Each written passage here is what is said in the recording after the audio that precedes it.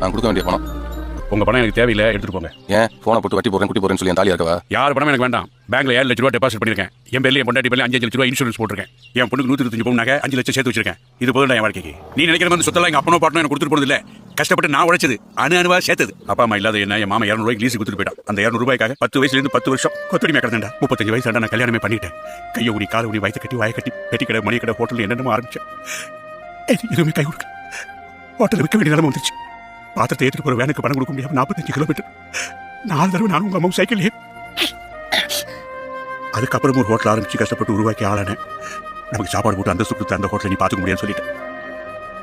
என்னால் இனிமேலும் உழைக்க முடியாதுன்னு அதை லீஸுக்கு விட்டுட்டேன். உன்னை திட்டும்போது எனக்கு தான் வலிச்சுது. திருத்துறத உன்னை வருத்துறதா நினைச்சுட்டேன். நினைச்சிட்டு போ.